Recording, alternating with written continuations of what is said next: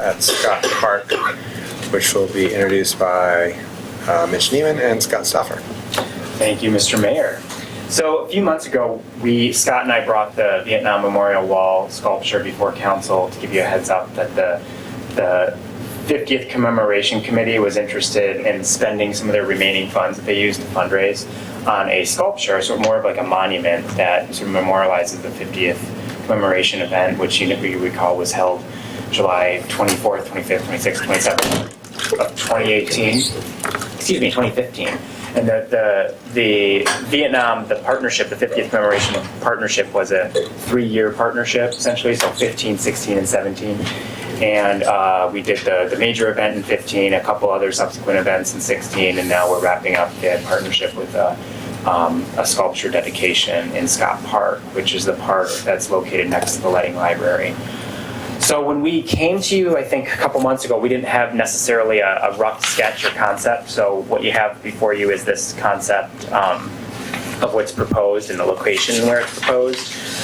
You'll notice it is, it's going to take advantage of the existing stone planter that's in Scott Park right now that doesn't really have much fill in it or landscaping. It just kind of sits there. And it's also surrounded by a wall of stone. And there are a couple benches, so it would be just north of the pergola, right before, just north of the pergola, accessible to the amphitheater steps. The first step with the commemoration committee was to get, obviously, approvals from other city boards and commissions, et cetera. So they went to the Arts Committee first, and the Arts Committee said, yeah, we like the idea, it looks pretty reasonable. We don't really consider it public art, we consider it more of a monument, but we certainly give you the go-ahead to as long as it passes all the other city standards, we support it. And then we took the proposal to the Parks and Recreation Board, because they are your committee that helps you manage parks and assets and infrastructure in parks, and the Parks Board was on board with it. They thought it was a great idea. And then the next step we took some internal reviews. So we went to the planning department and said, hey, what do we have to do as far as land use to get any type of minor modification or approvals to have this be part of the site? And the planning department administratively did some findings, and because it's within the enclosed wall of the existing planter box, there are no findings or there are no modifications that need to be done or land use approvals. So it passed planning, and then we finally took it to the building department because certain structures that are over 7 feet tall have to have a building permit actually issued, and in this case the artist kept the sculpture under 7 feet, so it's really can just be an install like we would have something in the sculpture garden or something similar to that. So all approvals have been met. The Legion is working with the artist. The artist is a local artist. His name is Bruce Pallone. He's pretty talented. He actually lives right next to the library, and so he's going to be very much closely involved in the site prep and everything when it gets installed. And he's the one that did our medallions, right? That's right. Yeah. He did. And he's really proposing a really neat concept. So not only will it be the memorial itself, which is going to have a list of all the soldiers who are both MIA and have served on one side, and then another side is going to have all of them in Clackamas County, other Clackamas County veterans who have served and who are MIA, and then a couple other on one of the other sides. So it's going to have etched, engraved names and statements on 3 sides, and the side it won't have any statements on is the side that you'll see as you're walking through the pergola, and you see the reflection, because the idea is it's going to be black granite, so it's a reflective piece. Oh. So when you walk through, you'll see your reflection in it. Yeah. And so there will be etchings on all 3 other sides. Like I said, the veterans for Milwaukee, veterans for Clackamas County, and then just a narrative of kind of what our partnership was in the 50th commemoration with the city and the Legion. And then also to complement this piece, there's 2 existing benches next to on each separate side of the stone planter box. He's going to cover those in the same stone face, the same black stone face. And this also, I should mention, went through the NCPRD, the North Clackamas Parks and Rec District approval process as well. And they're on board with helping the artist, Bruce, prep this area. So the existing benches are concrete? No, they're not. They're those wood, those green wood park benches that you typically see. That and it's really going to be a nice facade treatment for them, because those benches have carvings in them a little bit, and they've been So you're gonna put granite over a wood bench? Yeah. He's going to basically take out the slats and use just the frame structure and then kind of install Get rid of the wood. Yeah, get rid of the wood, but use the metal. So it'll be just Yeah. the metal and granite. Okay, Yeah. that makes more sense. Yeah. And that Yeah. piece, the benches, is phase 2 of this project. Phase 1, there's 3 phases. Phase 1 That's is right. the monument, which has been funded by the work of the commemoration in the last 2.5 years. The benches is phase 2, and I don't know if we have a timeline for that quite yet. The artists would like to get this monument installed and up before Veterans Day this year, so we can have a final event to commemorate the end of the partnership and our commemoration of the Vietnam 50th this year. To finish that up, benches, Bruce is working with the Daughters of the American Revolution local chapter to fundraise on that part of it. And then the third phase, which is down the road, he has some concept for, if you notice in that area, there, just north of the pergola, that we call it, the overhead part, there's 2 stone pillars. You It see looks it right like here. they may have at one point either had or were supposed to have an arch, and he has a concept for an arch. That's a phase 3. We don't have any timeline on that at this point. But phase 1 is this monument, phase 2 is the bench work, and then phase 3 at some point revisiting with the arch work. And phase 1 and 2 have received all the approvals. Phase 3 is going to be interesting. His concept is for almost a lighted glass or plastic piece of connecting tube that essentially has some LED lights built in it, but also will have as many lights in the tube as there are fallen veterans in the war between Clackamas and Milwaukee, and they'll represent different colors. But that's going to involve a building permit and some electrical and things of that nature, and it's not even, the cost-wise hasn't even been approved yet by their committee. So we thought, let's let them start with phases 1 and 2, get them approved for that, and then when they want to come back and see us when they're ready for phase 3, we can walk down that road. There was a soundbite in the middle of that somebody chose to use. It would be really. Pardon me? You said in the war between Clackamas and Milwaukee. Yeah. And I heard that now. Oh, I did say that. Yeah, and the Yeah. war veterans. Explain that's not Fallen what you veterans meant. of Milwaukee and Clackamas County, Clackamas. Right. I don't want it to be Well, that no. front page of the paper. So they're gonna move pretty quickly. We've got all the insurances from the artist to hold the city harmless on the installation and all that, and which our finance and risk departments have approved. We're gonna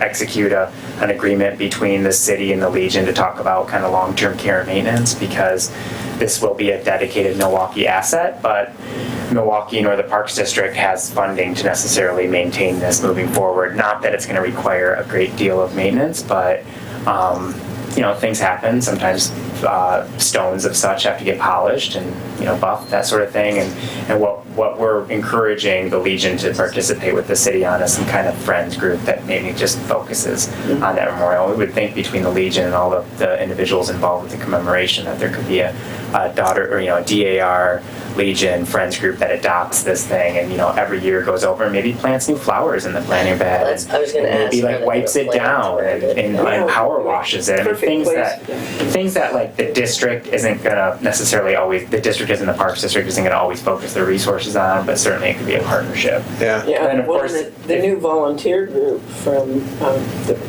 Friends of the Parks too, once that gets going. that Yeah, the stuff, Parks Foundation, pick sure. up. Will the construction at the library have anything to do with the timing of this, or with the two? No, because they want to get this installed this Right away. month, and he doesn't expect more than a 20-day timeline for installation. So, frankly, the library is still going to exist as usual while this thing's up. I mean, we won't even get to relocation before that. I would actually have a similar vein. Have we checked with the construction company to make sure that there's no chance at all that during construction and their staging and all that stuff on the library that area is going to be affected? I mean, one thing to rebuild the little trellis thing, but be another thing to redo this. Yeah. We talked to the library staff about it, and Sounds like their footprint isn't going to go that far, but I mean, like any site, I mean, it'll be protected in place, I would imagine, when the construction documents Let's come. reach out to the construction company And on when the the- library just to Yeah, sanity sure. check that. I mean, there are a lot of things that the construction company could nick while they're on site, but yeah, certainly that'll be called to their attention. But I get that. And I think I was doing volunteering at the cemetery recently, and of course, the cemetery stones have not been cared for many years. But one of the things you see is that moss grows in, and then that starts creating fissure cracks. And so it's not something you necessarily have to do every year, but it's certainly something you need to do on some sort of every 3 or 4 year basis, is try and get all the moss out of it. I agree. I think that's a great observation, because that's one thing that I think this friends group might want to go out there with some, like I said, the power washer and. Yeah, I mean, you have to know from the artist whether the stone can. Right, can it take I had to power wash some rock at my house, and it Ate it up? It ate the edge. Yeah. It harmed the finish. So Yeah. you just have to Good to know. from your. Or brushes or whatever. Yeah. It's not hard to clean up. No, right? Yeah, that's a good point. Yeah. The artist So- has made comments in meetings that this is going to be a pretty robust thing. Piece of stone. Very valid points, but he's made it sound like they're going to be pretty resilient Yeah. and long term. Yeah. Yeah. He's done these kind of work. Bruce is a Vietnam veteran himself, so it kind of makes it not only local. There's a personal quote for him in this. So we will, we'll keep you updated on, they're gonna probably wanna have a semi-elaborate dedication ceremony, Oh, I would so we'll think keep so. you posted on when that's gonna be. At this point, it's kind of contingent upon installation and promotion. And then they're But also, I'd expect to mark your calendars for sometime, maybe at the end of this month or early September. and then Veterans Day. That's kind of the big Yeah, have a big conclusion so for our 3-year partnership too. Yeah, and it may just be that they wanna choose to have two. The grand opening, well, yeah, at the Veterans Day. And my understanding with the library schedule is they won't be off-site anyway until past November, even at that time. So Right. it should work out in terms of Yeah. logistics, getting people there. Yeah, so, good. Any questions?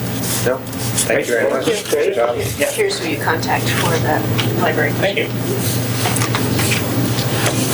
All righty. Thank you very much. So, you come on up. Next up, we have sort of an update on our council goal on housing affordability with Alma Flores and Ann Gray from the Network for Oregon Affordable Housing. It's good that it was on the thing. So, good afternoon, Mayor and City Councilors. As you noted, Alma Flores, Community Development Director for the City of Milwaukee. Be giving you an update on where we are and certain actions and where we want to be for reaching some internal goals related to the housing affordability goal that you set for the biennium. But before I go into some of those updates, and not to hold up Ann, I will let her give you a presentation on the Network for Oregon Affordable Housing and all the tools and resources that they provide. Ann Gray is their Director of Lending. She's been there for over 2 years. Just over a year. Yeah, just over a year. And she offers a wealth of knowledge in terms of all the, like I said, financial resources that they provide nonprofits in the region and their collaboration with banks. So I will let her go through that presentation, and when she's done, and if you don't have any other questions, then I'll move into my section of the presentation. Okay, thanks. Thank you for the opportunity to speak today. As Alma mentioned, I'm with the Network for Oregon Affordable Housing. Been there just over a year. Director of Lending. I have approximately 10 years of experience in the affordable housing industry. Previously, I was with the bank, so this is my first time working for a nonprofit organization. So NOAA was formed. Sorry. NOAA was formed in 1990 by the Oregon Bankers Association to address the affordable housing needs in the state and to address the bank's requirements to invest in what's called CRA, which is the Community Reinvestment Act, which requires banks to provide financing and other credit opportunities to the communities in which they're lending, with a focus on low to moderate individuals and communities. So NOAA is a CDFI, which is a community development financial institution. These are private financial institutions that are dedicated, again, to providing financing to low to moderate income individuals and communities. This is both, there are a number of CDFIs in the country that focus on several aspects of lending, and housing is one of them. NOAA focuses solely on housing. And we provide a number of financing options to both for-profit and nonprofit organizations. We are funded in two ways. We have over 20 member banks that provide us capital that we borrow to then re-lend to, again, both for-profit and nonprofit organizations in the state of Oregon that provide affordable housing. We also are funded via primarily foundations that provide us low to no interest rate loans to, again, turn around and provide funding to borrowers providing affordable housing. So we require that our loans go to either provide actual housing, or we will do land loans, loans for manufactured home parks. So we provide a number. At the end of the day, we will provide loans that provide affordable housing. So the loan itself may not be providing affordable housing at the time, but the end goal is affordable housing. So we, as I mentioned, provide loans across the state of Oregon. You can see on this slide that we, since 1990, have provided over $316 million in loans for 260 properties. And this is in both urban and rural communities. We're an organization of 10 people and a board of directors of 13, so we have done quite a lot with a small staff. Oh, sorry, that's okay.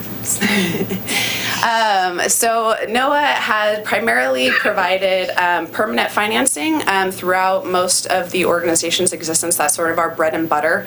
But we do, given the housing crisis that exists today, we are expanding our efforts to provide more options for affordable housing. So as you can see, we have grown our capital. We are trying to take a role at the local, regional, and state level in order to address the affordable housing, to have an impact on local and state government. And we've done this by, for example, we have presented to the state legislature and advanced the Oregon Affordable Housing Tax Credit, which helps get these projects done. And that has expanded both in the cap, the overall cap, and then the existence of the credit. So it is important to NOAA to make sure that we are providing leadership in the area of affordable housing.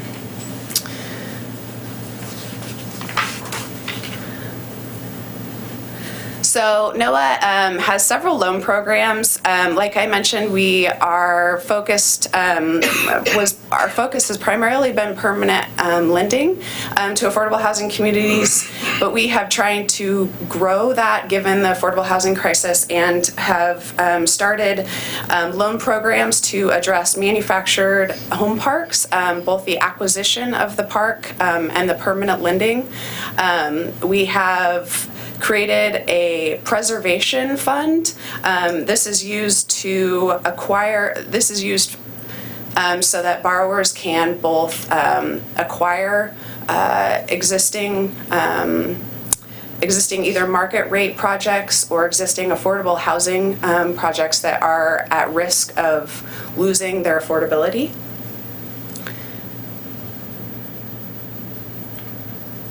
We also have added to our preservation fund the option to acquire and preserve manufactured housing. As I mentioned, this is something that NOAA has really started to focus on as an affordable housing option.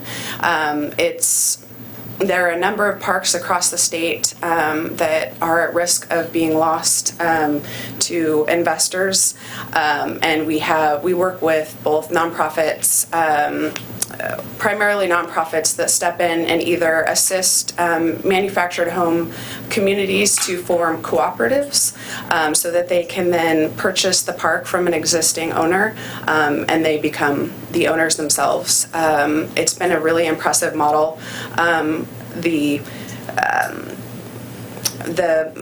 With the home ownership investment, the parks really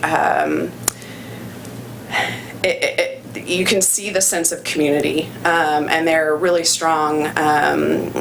They're really strong assets for these folks. They build community, they build wealth. We also do lending to nonprofits that will purchase, like I said, manufactured home parks from investors. A lot of times they're very dilapidated, or the infrastructure is failing. They require a lot of work. The communities a lot of times struggle to, they have a lot of calls to the police, a lot of issues just within the community.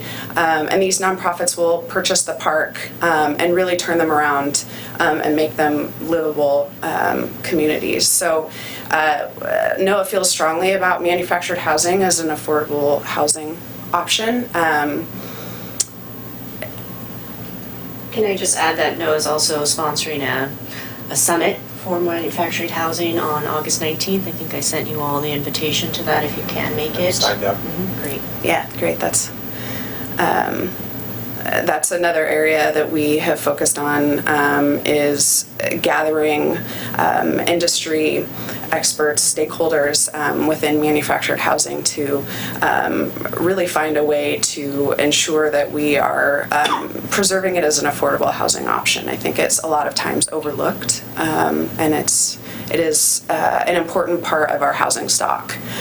And I might also add one of our own planning commissioners, Kim Travis, who also works for Oregon Community and Housing Services, is doing a project on manufactured housing, and she's looking to maybe do something here in Milwaukee, although I think she's looking statewide for solutions. So as I'd mentioned previously, we do provide land and pre-development loans to our borrowers. This has become, these are fairly popular products as of late as organizations try to land bank and are trying to get more opportunities off the ground.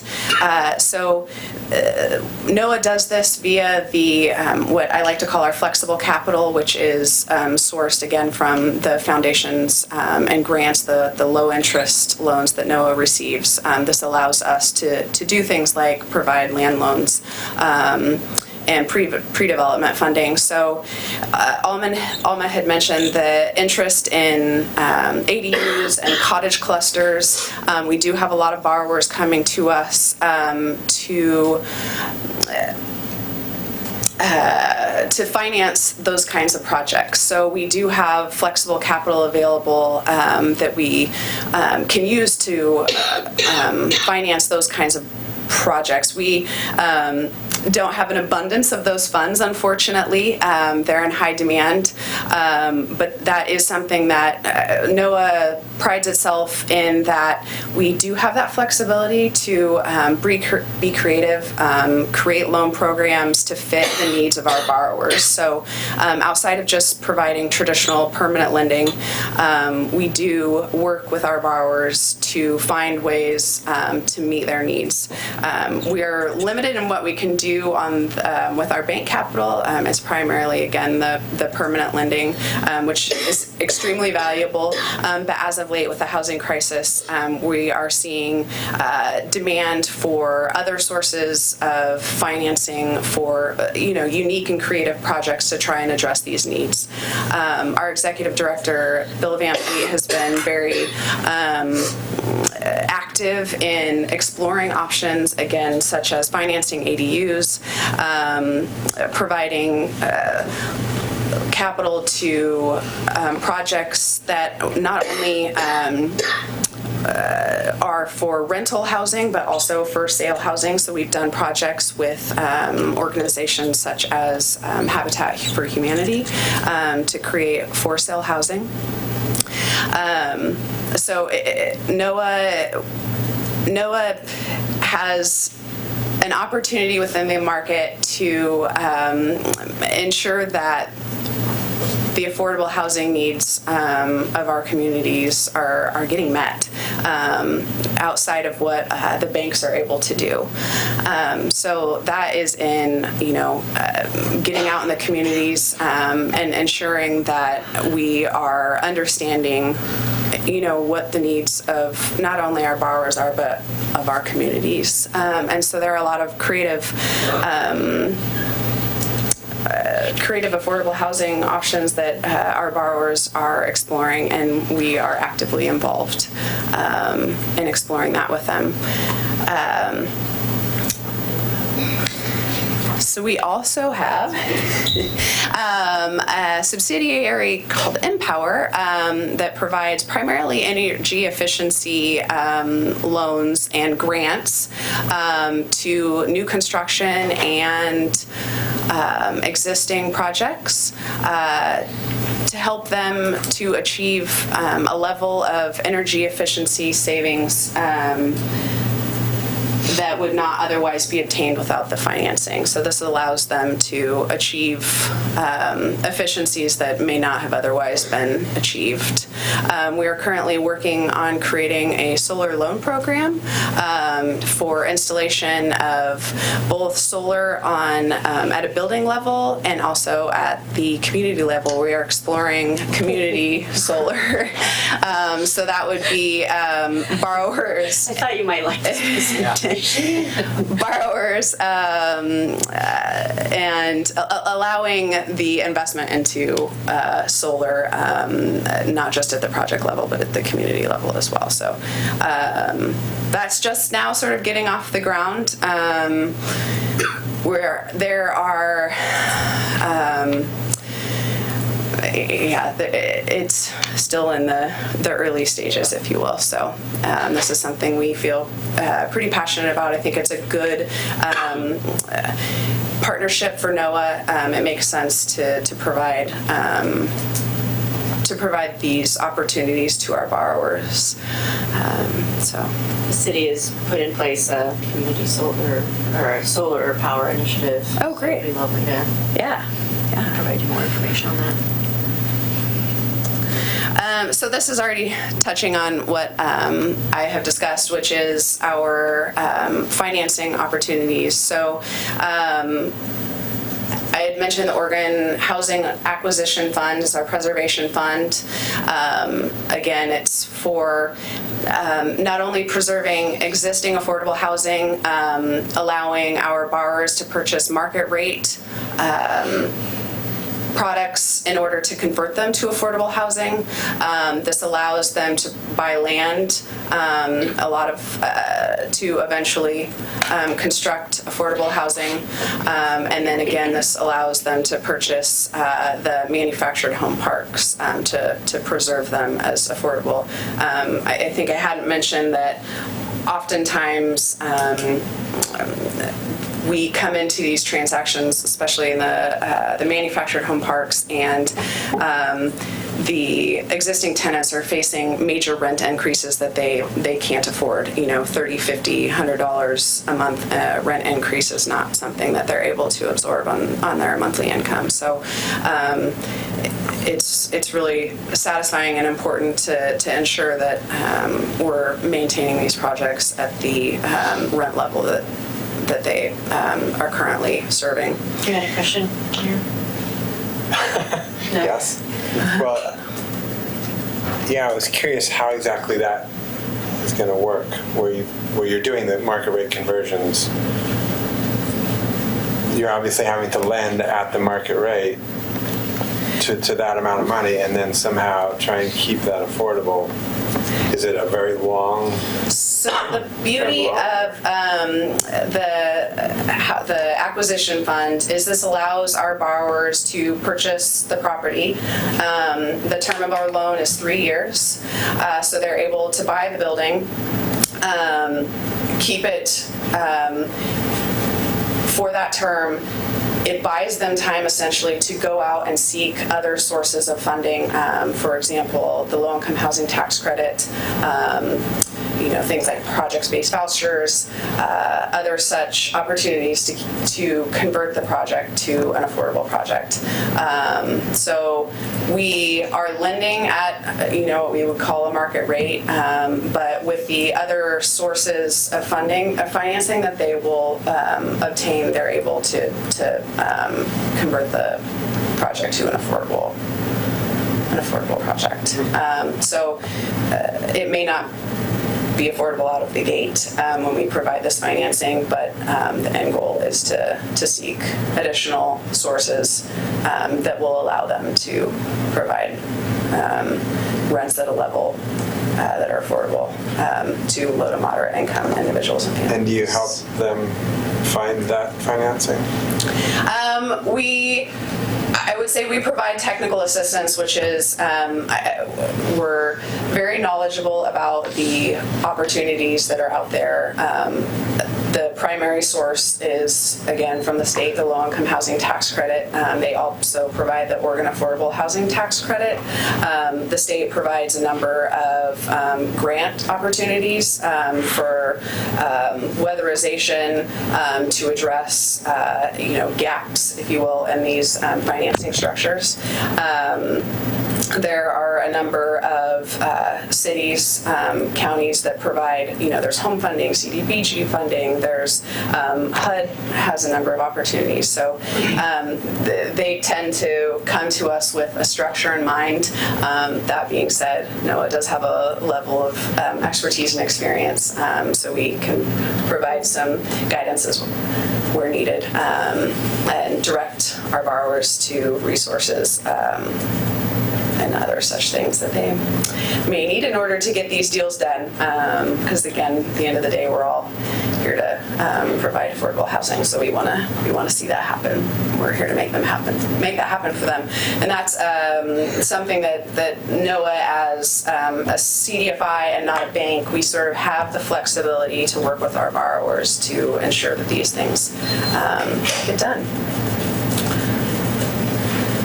So as I mentioned, we do permanent financing. Again, that's our bread and butter. That's the banks provide the funds to do that, and the permanent financing can be in the form of a refinance. It can be for rehabs, new construction projects. We also do permanent financing for the manufactured home parks, and we are currently working on a tax-exempt bond program. So under the low-income housing tax credit, there are 2 routes you can take, and one of them involves usually involves tax-exempt bond financing, and so this will allow NOAA to be more active in the affordable housing space in ways that we haven't been in the past. So, and I had mentioned the pre-development financing. So a lot of the loans that we've been doing lately have been land acquisition loans. Land banking has become popular with the entities that we work with because the market's continuing to change. Values are going up, so they need to be able to snatch these things up quickly, and we provide them the capital to do that. I think we mentioned the highly accessible land loan, so that is just focused on transit-oriented development, which is also important and we want to make that a focus. We are working on potentially providing a fund that will solely focus on transit-oriented development. So we have a lot going on.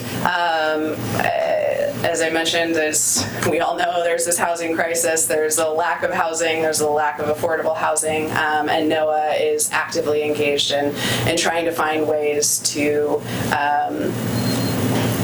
be an asset to creation and preservation of affordable housing. Any other questions? A couple questions. So, when you talk about providing loans to a manufactured home park that is potentially going to be converted, how do they pay it back if they're struggling to? I guess I'm not sure of how the dynamics work on a loan that's already in a property that's in crisis, in a sense. I wouldn't. The property itself is not necessarily. I suppose from an infrastructure perspective, a lot of times they are in a bit of a crisis, and we will build in into the loan the ability to replace their infrastructure. I don't mean crisis in that regard. I meant more like a developer's coming in and saying, I'm going to buy this park, I'm going to take those things away, I'm going to build whatever. How do you stop that through a loan? And with those, and then those people who are getting the loan able to pay it back? We structure these such that the loan is affordable to the borrowers. So our preservation loan for manufactured home parks allows them to buy the property and seek out additional funding so that when they convert to a permanent loan, it is affordable to them. So we've structured the financing for the acquisition piece such that it's an interest-only loan. And then when they get to the permanent financing, which is when they would take out our acquisition loan, they have ideally sought out tax credits and other such funding opportunities, likely from the state, in order to make the project pencil. Okay. And then the other question that I had was, you said that you're a little bit restricted on the ability to loan for ADUs and cottage clusters. Is that because of the restrictions on the money that you're receiving? That you can't? Why couldn't you say we're going to really go into this game right now? It's hot. A little bit is the restriction, yes, on the funds that we have available. I would say that's primarily what we're up against. Okay. We are a lender for multifamily. We don't do single family. So if they are one-off loans, that's not NOAA's specialty.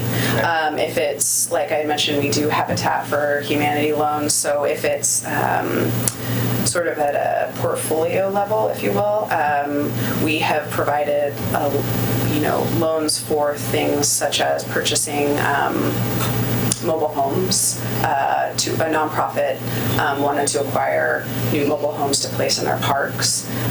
So we can do loans at that level, but we are not equipped to do single family loans. That being said, the cottage clusters would be, we have been in talks with organizations that do that kind of housing, and NOAA's opportunity there would be to finance the land acquisition. We aren't in a position with our banks to provide construction financing, but we do have the land acquisition or the pre-development financing. And then we would also be in a position to provide permanent financing. Cottage clusters would, again, we have that affordability threshold. So we have, if it's not affordable under our set guidelines, then we wouldn't provide Which a is loan. what? What is yours? Man, off the top of my head. So we have several levels. The 80%, 50% of the units at 80% of area median income would be, Considered affordable. and then steps down from there. So if you were doing that and financing the land acquisition, does that then mean that the development that occurs as sort of a condo or a land trust kind of system where people can own the building but not the land? Is that That is one way, yes. okay?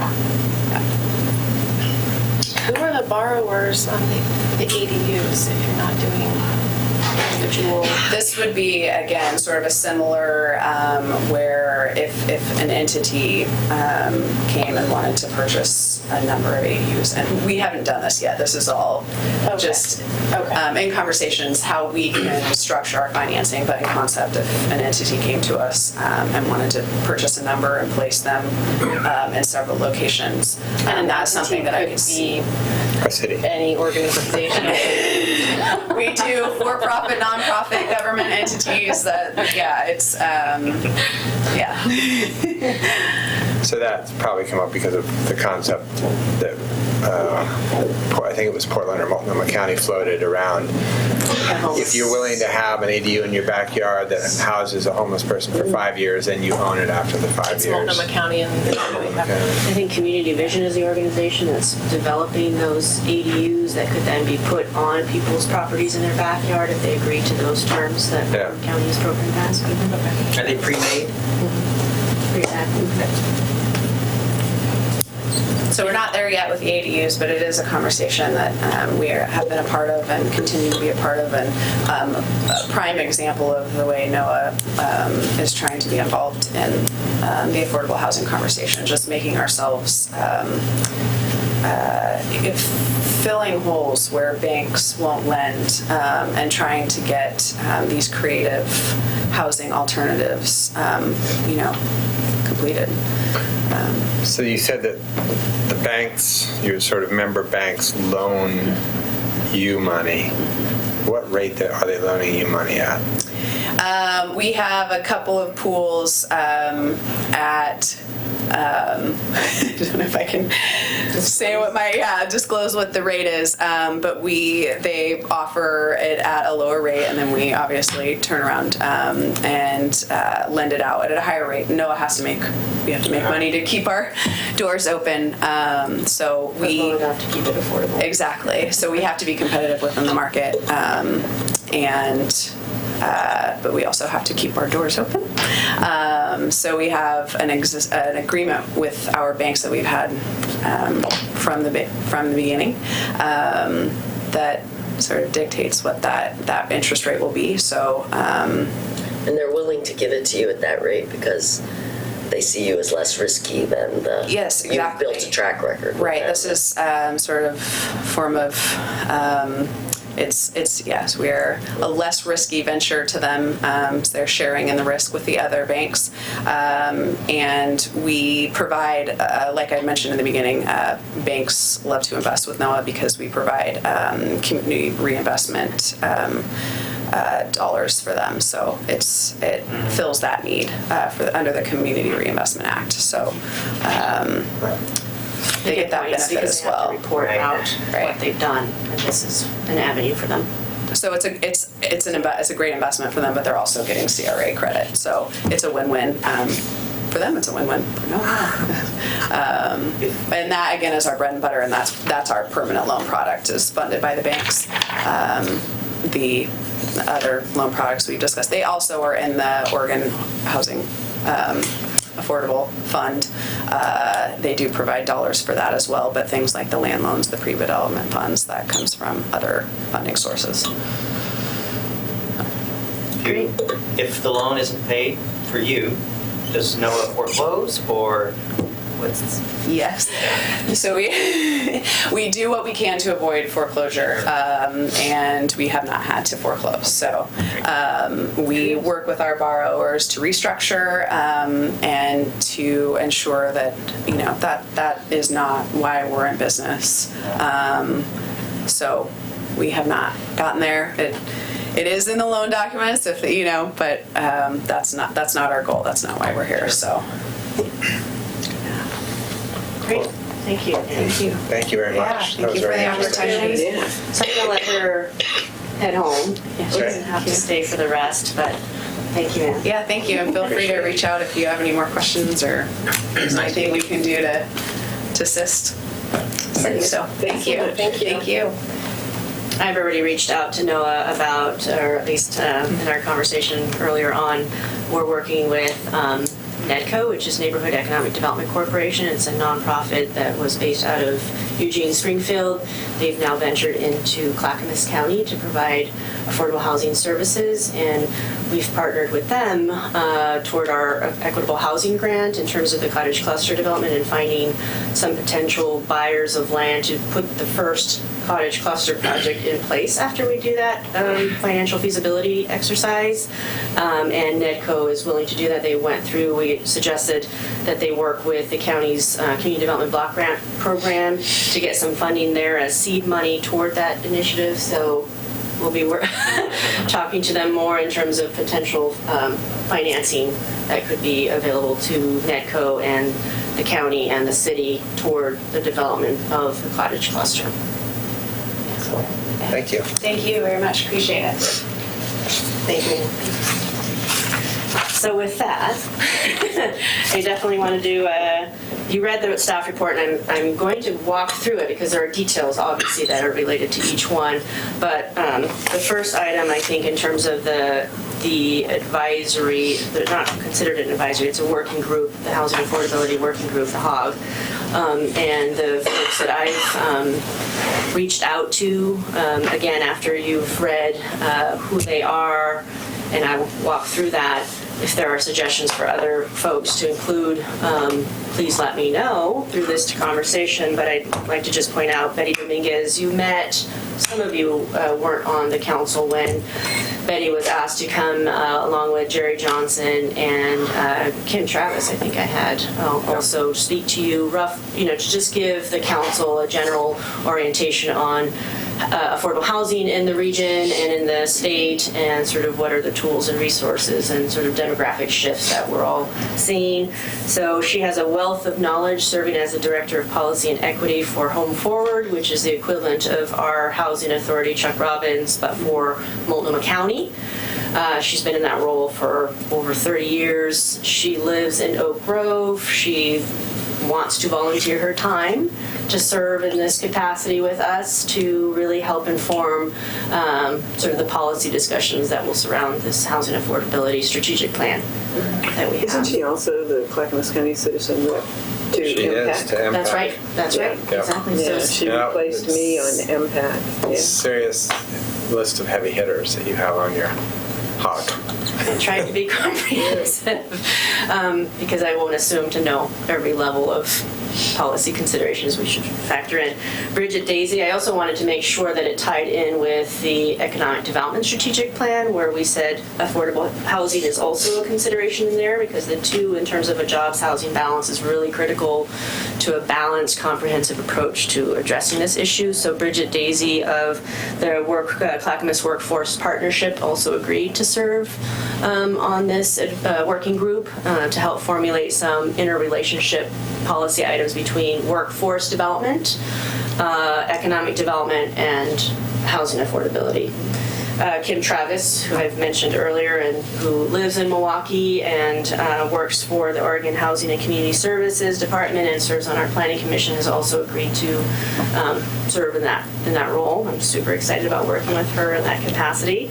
Vahid Brown, if you haven't met him, well-known housing policy advocate for homeless considerations, but generally housing as well in terms of policy development. He's with Clackamas County Health and Human Services. I have Chuck Robbins, who I think you've all met by now. He is the Housing and Community Development Director for Clackamas County's Health and Human Services, and also oversees the Housing Authority for the county. Mary Rain O'Meara, who works with Chuck. She wanted to also participate and is the Housing Development Coordinator. She's instrumental in terms of, she's the project manager, project lead on the Hillside Manor project on 32nd. Obviously Chuck would be involved in that too, but she's really the point person for that project, so it's important to keep her engaged at this level as well with us. David Levitan, who you all know, he's one of our senior planners, and I believe in the audience, there he is, for the city, as well as Denny. We want to make sure we're coordinating on the vision, the comp plan, and the development of the strategic elements of the housing affordability. And Ober, who you all know as well, as your city manager, Steve Bartle, in terms of having that perspective from because he's well engaged with the community, he'll see things, hears things that we may not know about. So it's really important to have him be a part of that, and then myself. I'll be more of a facilitator, but offer my input as needed. So as you can tell, I've got quite a few heavy hitters, as you mentioned, Mr. Mayor, on this HOG, and if there are any recommendations for others to consider. I did have somebody from, oh my gosh, the Oregon Food Bank, but they bowed out because they shifted into a different role this past month. So I thought from a food security perspective, we might want to have some consideration there. If you have a recommendation for someone or an organization that's similar in the line of food security that I might want to touch base with, please let me know. The other one would be NHA, I suppose, or Northwest Housing. If they have somebody that they, just because that's their Local. world. Mm-hmm. You always forget what's obvious. Well, and there may be somebody at Providence at their teaching kitchen that's dealing with, I mean, I don't know for sure that they'd have the right expertise, but it might be worth asking them. Great. Any other suggestions? Is this good start? Depending on who it is right now, but potentially the director out of the Wichita Center, or whatever they're calling that. Yeah, the Wichita. That's been pretty variable out there, but some of them have been really good. Is there anyone with the school district that's dealing with housing? That would be them. Oh, sorry, okay. Wichita. Oh, that would be the Wichita Center. Okay. Which I'm was at the school that Wichita Center. The one it's on the old King. Wichita school, and that's where the North Clackamas School District has their sort of food pantry, clothing pantry, and other services that go out to their. It goes out to anybody, as far as I know, but it's targeted at the families with kids. So outside of the HOG, I've been active in putting myself on different, becoming a member of different advisory boards in the county so that I'm informed at the county level what might impact us and reporting back what we're thinking of in terms of the City of Milwaukee action. So I'm on the Clackamas County Housing Advisory Board. I was nominated and approved by the board in the last 4 months. So this would have been my second meeting, and there's one coming up. So a lot of information is exchanged there that I would relay out if it's relevant. The last meeting, I gave a presentation on where we are with our housing affordability planning and where we are with our vertical housing, because there's an interest at the county level to provide resources and tools countywide to the different municipalities to consider. The C4 group did a survey, a questionnaire of where people feel they are in terms of, not when I say people, I mean the other cities within the county, where they are with certain actions to address housing, however that might look, including the development of their own, an updated housing needs analysis. The county has talked about maybe funding communities that don't have a current H&A so that they can make sure that they're putting policies in place or putting programs and actions in place that could address those needs. The county is really wanting to have more of a critical mass and support toward that same objective. So these efforts are spoken of at this Housing Advisory Board. So I find them quite useful. I share what we're working on, and then that helps sort of spread the word in terms of what the needs are and what you can do. So the vertical housing tax credit, I gave a presentation on that to the group. They're now wanting to have that presentation be given to all of the different cities that don't have that program. We're still working toward ours, but giving them the information. Similarly with the construction excise tax, I gave them my presentation for them to shop it around and see how that might be useful for other communities as well to consider. Those are all important partnerships and relationships that you form in order to meet your own objectives as well. Networking with several affordable housing providers. Some of these that I've listed, I'm actually on the board, so I could both influence on the board's end, but also bring or introduce resources to the city. Catholic Charities being one of them. Actually, I'm on the board of NOAA, so I'm able to, within the confines of any conflicts of interest that might arise, bring forth some of those programs and resources. Northwest Housing Alternatives, obviously that's our local one, just working with them in terms of their project up on the hill. I did reach out to TriMet at the suggestion of several council members to inquire about the surplus site that's over by the park station. Looking at it from the perspective of a potential cottage cluster or another type of development that the city might want to see that site be used for.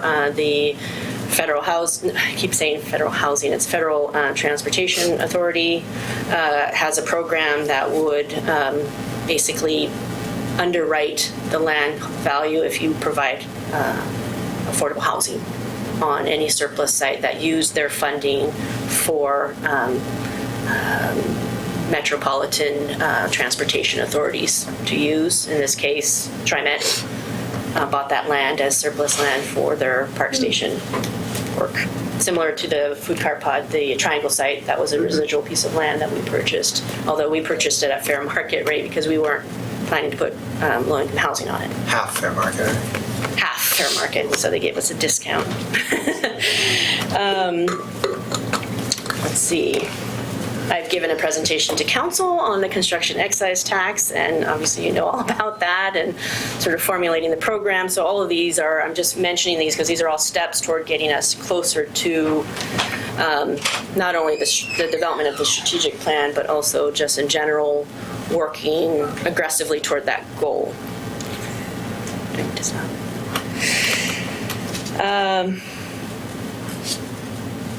I asked our building official to research what the building code requirements on the use of cross-laminated timber, because I know that was something that folks were wanting to explore in terms of, will this not only be cost prohibitive from a supply chain perspective, but will it be a hindrance on our end or a barrier to development from a building code perspective and interpretation? So we should be good there. The state has come out with some description of how to interpret the code that relates to cross-laminated timber, so I think we're good. We're there. If we get a project that wants to use that material, our building official is confident, Sam Vandergrift, as you know, is confident that she could treat it like any other project. It's the state code, right? State code, yes. So with these projects already occurring, right, so we already have, right.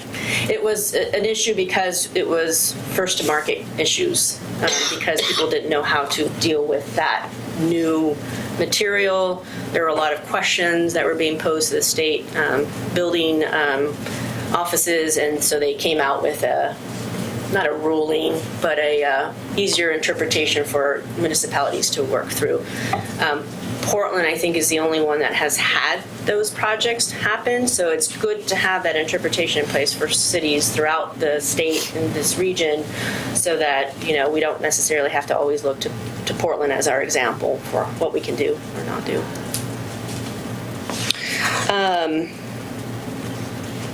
So part of my job is to also make developers know, learn about our opportunity sites that are not necessarily publicly owned, but privately owned, so marketing those sites. And I don't necessarily target affordable housing developers alone. I also respond to inquiries from development teams who are looking for sites, and we provide them with, we have access to CoStar, which is a commercial real estate database, which I could then look up available lands, vacant properties that are on the market, both industrial, commercial, and multifamily. So whenever we get those inquiries, I always mention, no matter what, the Murphy and McFarland site. 2 7-acre sites within a stone's throw of our downtown. Huge opportunity on the private side for developers. Been working, I just spoke to one this afternoon who showed an interest, and I know that there are negotiations happening already with the Murphy site. Where they are in their negotiations, I wouldn't be able to tell you that at this time. There is what we would consider a pocket listing in terms of available prime location real estate in our downtown as well that has just come on the market yesterday on Main Street that, I will be marketing that to potential developers. And so knowing what's out there is really important. Also working with our partners and different organizations that like NOAA or Catholic Charities that might have an interest in those parcels. What property was? You don't want to say. I think I could. If it's listed publicly, it's listed publicly, right? Or is it some kind of proprietary information? No, it's not proprietary. I haven't signed anything. So it's the Keller Bowl and Pietro site. Oh.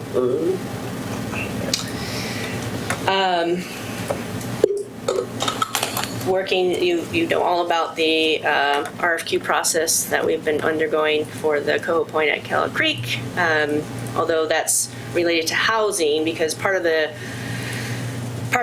look at housing affordability isn't so much just affordable housing in the classic sense of 80% and below of median family income. As you know, it's also looking at the spectrum of workforce housing, mixed income housing. So that project will bring, and then also bringing more supply online, right, which should technically drive down costs across the board in terms of rental prices or housing costs.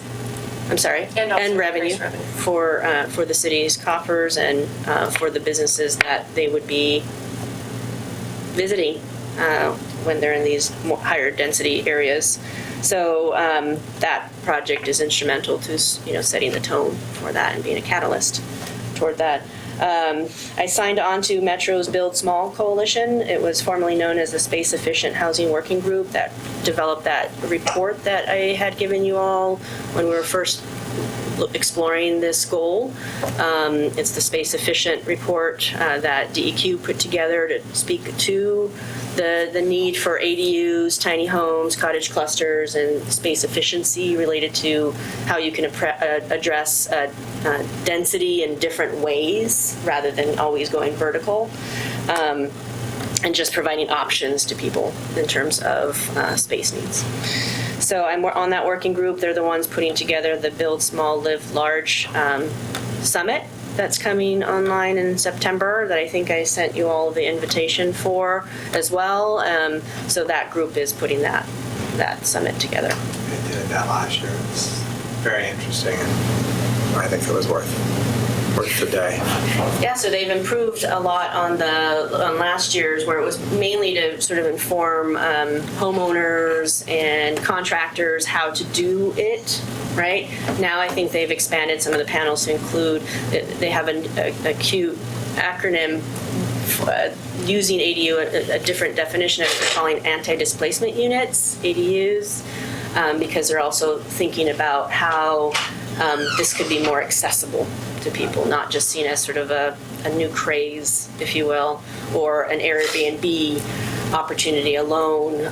People are thinking about it in terms of also multi-generational housing, wanting to help offset the costs of housing. So Anne was talking about, and you had asked about how, if they're already struggling, how are they going to afford a loan? So if somebody already owns a single family house and is just barely able to make their mortgage or on a fixed income, perhaps an ADU might help offset some of that.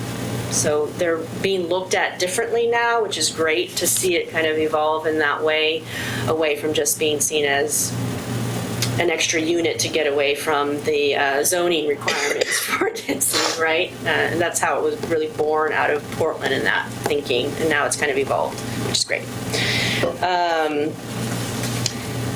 As you know, you approved and we received the Metro Equitable Housing Planning and Development Grant for Cottage Cluster Feasibility Analysis. That has been submitted, signed, and sealed, and we're all ready to issue RFQs starting at the end of this year. We're trying to come off of the North Milwaukee Industrial Area Planning Grant before we go right into another one, just because of staff capacity and just decompression time needed, but we will certainly be full force on that housing equity cottage cluster feasibility analysis that I mentioned briefly with that would also factor into Neighborhood Economic Development Corporation, NEDCO, and their use of CDBG money to acquire land for the purposes of a cottage cluster somewhere. So we will be working with them closely to make sure that we're maybe selecting sites that would be more feasible for the acquisition by NEDCO, so that we would do the feasibility analysis related to that for them. But we're still working through those details. And then lastly, we're working with Clackamas County staff, and actually it was submitted, a grant to Metro again. Thank you, Metro, for their community planning and development grant again. So now that we've gotten off of the NMIA and into the equitable housing grant, we're also looking at their that same grant that we got for the NMIA, but using it toward this master plan development of Hillside Manor, which is the 32nd Avenue site across from Providence Hospital. They are looking to really be engaged with the community on that project, and a master planning process will help them get there, so that we could all make sure that the community is getting what it needs and the housing authority is getting what it needs in terms of the populations that it's serving. We'll know about the grant in the fall. Oh, that's what I was going to ask. I thought that's what your memo I read your mind. Yeah. I'm kidding. That's what I have.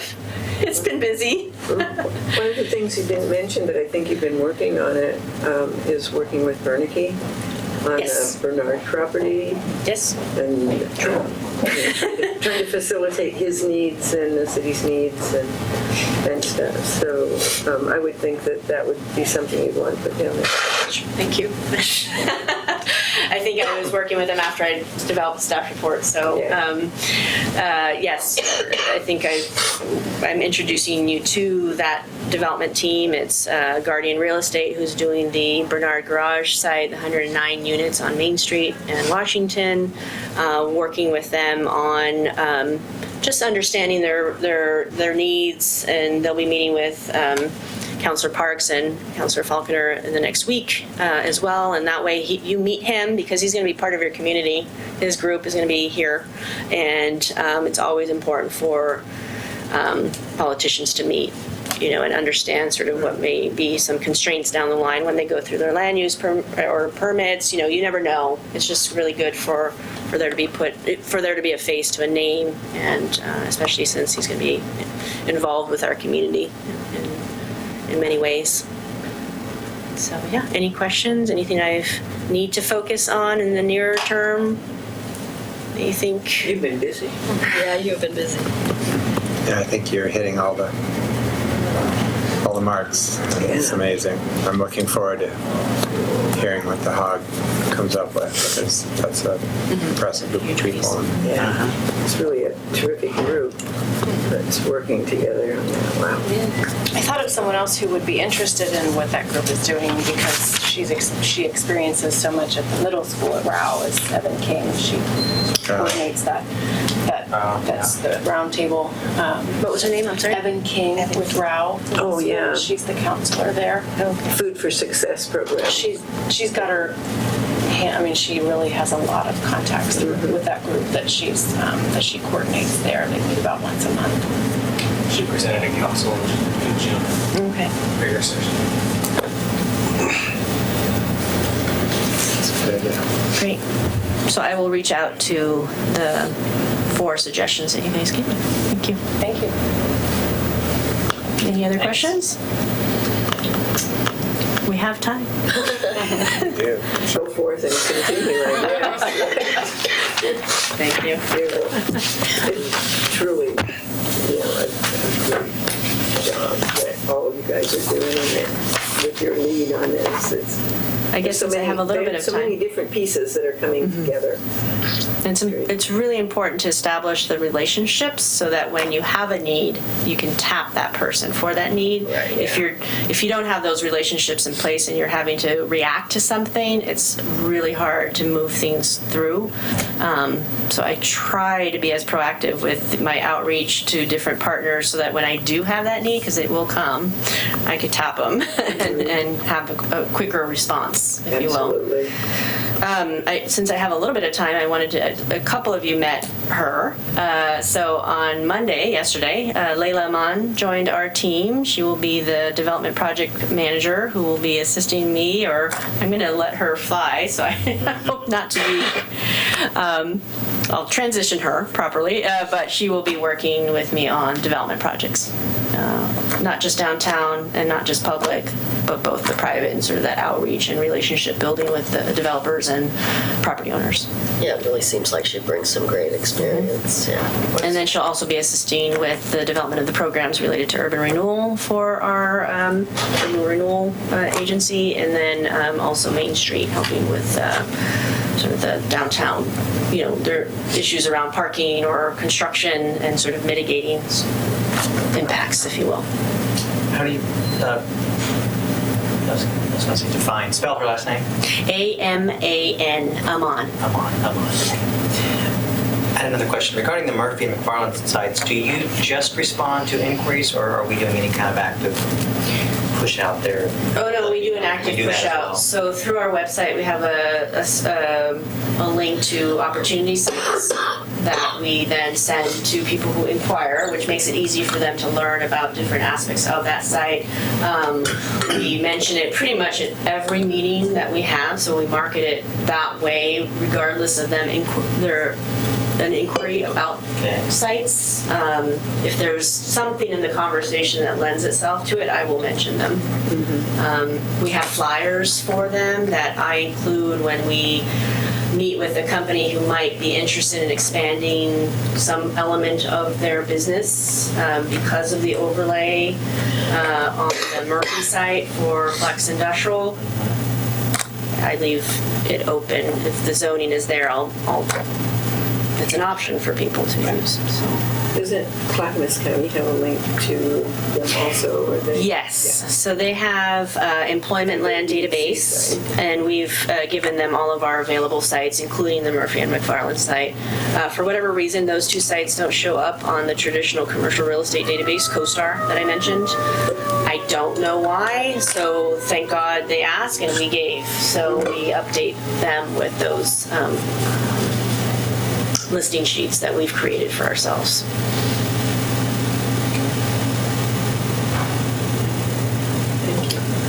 Great. Thank you. That's great. Questions? Great. Enjoy All dinner. right, well then I guess Thank we you are so much. adjourned. We'll go into the regular session, 6 o'clock.